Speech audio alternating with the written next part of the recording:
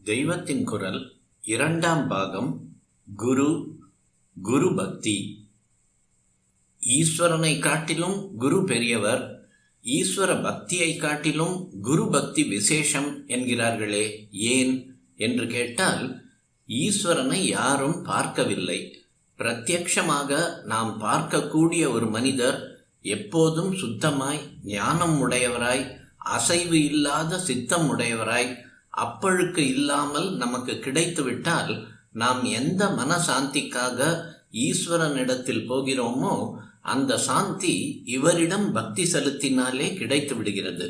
அதனால்தான் குருர் பிரம்மா குருர் விஷ்ணு குருர் தேவோ மகேஸ்வரக என்று சொல்லி இருக்கிறார்கள். இந்த ஸ்லோகத்தில் குருவுக்கும் பரமாத்மாவுக்கும் அபேதம் சொல்லி இருப்பது ஒரு விசேஷம். இன்சிடென்டலாக இதிலேயே இன்னொரு விசேஷம். இதில் விஷ்ணு சிவன் இருவரையும் சொல்லி இருப்பதால் இந்த ஸ்லோகத்தை சொல்லி நாம் குருவந்தனம் பண்ணினால் நமக்கு சிவ விஷ்ணு அபேத பாவமும் உண்டாகிவிடும். ஜகத்தை சிருஷ்டிப்பது, பரிபாலிப்பது போன்ற பல காரியங்கள் ஈஸ்வரனுக்கு இருக்கின்றன. அவையெல்லாம் குருவுக்கு இல்லை. அவனுக்கு ஆபீஸ் உண்டு, இவருக்கு ஆபீஸ் இல்லை. ஆபீஸ் இருக்கிறவனிடம் போய் தொந்தரவு கொடுப்பதை விட ஆபீஸ் இல்லாமல் சும்மா இருக்கிறவரிடம் நம் காரியத்தை மிக எளிதாக முடித்து கொண்டு விடலாம். ஈஸ்வரனுக்கு என்ன என்ன உத்தமமான குணங்கள் எல்லாம் இருக்கின்றனவோ அவை எல்லாம் இந்த குருவிடத்தில் இருக்கின்றன. இவர் சுத்தமானவர், பொய் சொல்லாதவர், வஞ்சனை தெரியாதவர், இந்திரியங்களை எல்லாம் வென்றவர், கருணை நிறைந்தவர், மகா ஞானி. இவரை பிரத்யக்ஷமாக பார்க்கிறோம். பகவானையோ பிரத்யக்ஷத்தில் பார்க்க முடியவில்லை. ஆகவே குருவின் திருவடிகளை பற்றி கொண்டு பக்தி செய்ய ஆரம்பித்து விட்டால் ஈஸ்வர பக்தியினால் நமக்கு என்ன அனுகூலங்கள் உண்டாகின்றனவோ அத்தனையும் சுலபமாக உண்டாகிவிடும். அதனால்தான் குரு பக்தி உயர்ந்தது என்று சொன்னார்கள். ஆனால் தெய்வ பக்தியை மறக்கக்கூடாது. இந்த குருவை இவனோடு சேர்த்து வைப்பதே தெய்வந்தானே. தெய்வ அனுகிரகம் இல்லாவிட்டால் இந்த குருவை இவன் எப்படி அடைவான்? துர்லபம் த்ரயமே வைத்த தேவானுகிரக ஹேதுகம் மனுஷ்யத்வம் முமுக்ஷுத்வம் மகாபுருஷ சம்ஸ்ரயः. தெய்வானுகிரகத்தாலேயே ஒருத்தனுக்கு கிடைக்கிற 3 பெரிய வாய்ப்புகள். 1, மனுஷ்ய ஜென்மா கிடைப்பது. 2, சத்திய தத்துவத்தை தெரிந்து கொள்ள வேண்டும் என்ற ஆசை பிறப்பது. 3, மகாபுருஷனான ஒரு குரு கிடைப்பது என்று ஆச்சாரியால் விவேக சூடாமணி ஆரம்பத்தில் சொல்லியிருக்கிறார். எல்லோருக்கும் எக்காலத்திலும் குரு ஈஸ்வரன்தான், தட்சிணாமூர்த்தி தான். ச பூர்வேஷாமபி குருஹு காலே நானவ சேதா. நம் குருவுக்கும் அந்த குருவுடைய குருவுக்கும் அவருடைய குருவுக்கும் ஞானம் எப்படி பூர்ணமாக ஏற்பட்டிருக்கும்? இப்படி ஒவ்வொருவருக்கும் ஒரு குருவை சொல்லிக்கொண்டே போனால் கடைசியில் ஒருத்தருக்கு சாக்ஷாத் ஈஸ்வரனே தான் குருவாக இருந்து ஞானத்தை தந்திருக்க வேண்டும் என்று தெரியும். அதனால்தான் தெய்வத்தை மறக்கக்கூடாது என்றார்கள். இதையே வேறு விதமாகவும் சொல்வதுண்டு. குரு ஈஸ்வரன் என்ற 2 பேர் என்று வைத்துக் கொள்ளாமல் ஈஸ்வரனே குருவாக வந்திருக்கிறான் என்று வைத்துக் கொண்டு விட்டோமானால் குரு பக்தி ஈஸ்வர பக்தி என்ற 2 தனித்தனியாக பண்ண வேண்டாம். குருவே ஈஸ்வரன் என்று கருதி அந்த குருவான ஈஸ்வரன் ஒருத்தனிடத்திலேயே பூர்ண சரணாகதி பண்ணிவிடலாம். குரு பரமசுத்தமானவராக உத்தமமானவராக இல்லாவிட்டாலும் கூட இவர் மூலமாக நாம் நித்திய சுத்தனும் உத்தமோத்தமனுமான ஈஸ்வரனையே பக்தி பண்ணுவதால் அந்த ஈஸ்வரனே இவர் மூலமாக நமக்கு அனுகிரகம் பண்ணிவிடுவான். இதனால்தான் குருவையே பிரம்மா, விஷ்ணு, சிவன் இந்த 3க்கும் ஆதாரமான பரபிரம்மம் என்று எடுத்த எடுப்பில் சொல்லிக் கொடுக்கிறார்கள். குருர் பிரம்மா குருர் விஷ்ணு குருர் தேவோ மகேஸ்வரக குரு சாக்ஷாத் பரபிரம்ம தஸ்மை ஸ்ரீ குரவே நமஹ. பிரம்ம வித்யா ஆச்சாரியர்களில் முக்கியமான வியாசரை பற்றி சொல்கிற போது குரு பிரம்மா ஸ்லோகத்தின் தாத்பரியத்தையே இன்னும் ரசமாக சொல்வதுண்டு. அசதுர்வதனோ பிரம்மா த்விபாஹுரபரோ ஹரிஹி அபாலலோச்சன சம்புஹு பகவான் பாதராயணஹ என்பார்கள். பாதராயணர் என்று வியாசருக்கு பெயர். அவர் அசதுர்வதனோ பிரம்மா, அதாவது 4 முகம் இல்லாத ஒரு முக பிரம்மா. த்விபாஹு அபரோ ஹரி, 4 கை இல்லாமல் 2 கையுள்ள ஹரி, அதாவது விஷ்ணு. அபால லோச்சன சம்பு, நெற்றிக்கண் இல்லாத போதிலும் சிவன். குருவை விட சிரேஷ்டமானவர் இல்லை. நமக்கு அவரிடத்தில் பூர்ணமான நம்பிக்கை ஏற்பட வேண்டும். அது நிஜமான நம்பிக்கையாக இருக்க வேண்டும். நமக்கு அவரிடத்தில் ஈஸ்வரனே இப்படி வந்திருக்கிறான் என்ற நம்பிக்கை வந்துவிட்டால் அப்புறம் தனியாக சுவாமி கூட வேண்டாம். இந்த நம்பிக்கையே, அவரிடத்தில் நாம் வைக்கிற பக்தியே நம்மை கடை தேரச் செய்துவிடும். வைஷ்ணவர்களுக்கு ஆச்சாரிய பக்தி தான் மிகவும் பிரதானம். ஈஸ்வர அபராதம் பண்ணினால் ஈஸ்வரனிடத்திலேயே போய் மன்னிப்பு கேட்க வேண்டும் என்பது இல்லை. ஆச்சாரியன் மன்னித்து விட்டாலே போதும், ஈஸ்வரனுடைய கோபம் தணிந்துவிடும். ஆனால் குருவினிடத்தில் அபச்சாரம் பண்ணிவிட்டு ஈஸ்வரனிடத்தில் போனாலும் ஒன்றும் நடக்காது. குருவிடத்திலேயே போய்தான் அந்த அபச்சாரத்துக்கும் நிவிருத்தி தேடிக்கொள்ள வேண்டும் என்று சுவாமியே சொல்லிவிடுவார். சிஷ்யனுக்காக குருவே பரமாத்மாவிடம் சிபாரிசு பண்ணினால் அவருக்கு கோபம் போய் இவனுக்கு அனுகிரகம் பண்ணிவிடுவார். ஆனால் குருவுக்கே கோபம் வந்துவிட்டால் ரட்சிக்கிறவர் எவருமே இல்லை. இப்படி ஒரு ஸ்லோகம் கூட இருக்கிறது.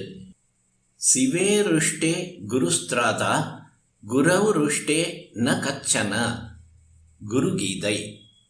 அதனால்தான் குரு பக்தியை மிகவும் விசேஷமாக சாஸ்திரங்கள் சொல்கின்றன.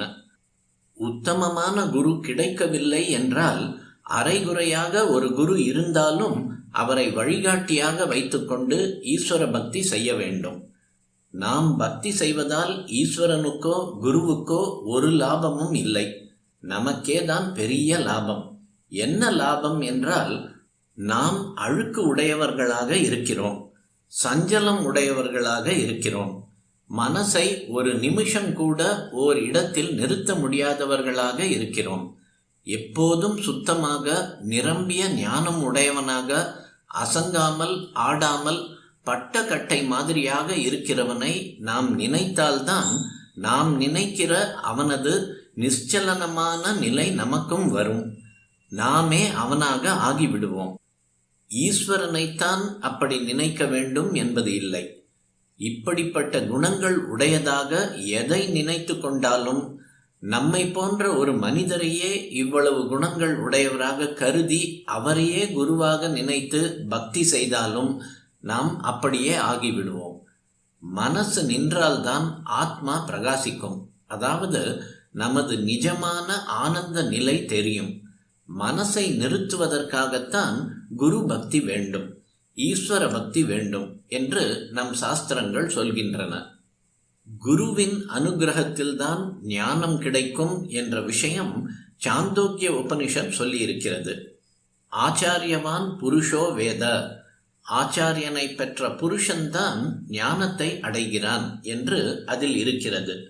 ஒரு சின்ன கதை போல இதை சொல்லியிருக்கிறது.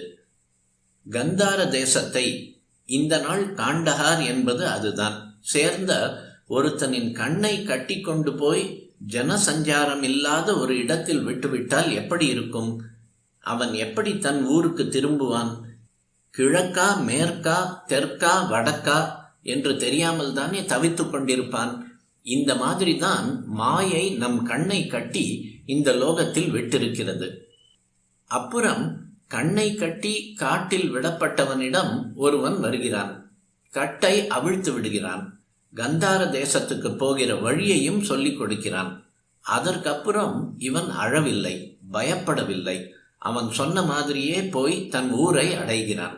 இந்த மாதிரிதான் ஆச்சாரியனின் உபதேசத்தால் நாம் எங்கே இருந்து வந்தோமோ அந்த பரமாத்ம ஸ்தானத்துக்கு வழியை தெரிந்து கொண்டு அங்கே போய் சேருகிறோம் என்று சாந்தோக்கியம் சொல்கிறது. ஜகத்குரு என்று பிரசித்தி பெற்ற ஸ்ரீ சங்கர பகவத்பாதாள் எங்கு பார்த்தாலும் குருவின் பெருமையை சொல்கிறார்.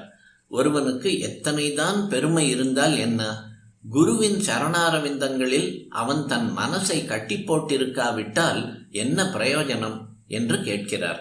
என்ன பிரயோஜனம் என்று ஒரே ஒரு தரம் கேட்கவில்லை, 4 தரம் ததஹ்கிம் ததஹ்கிம் ததஹ்கிம் ததஹ்கிம் என்று கேட்கிறார்.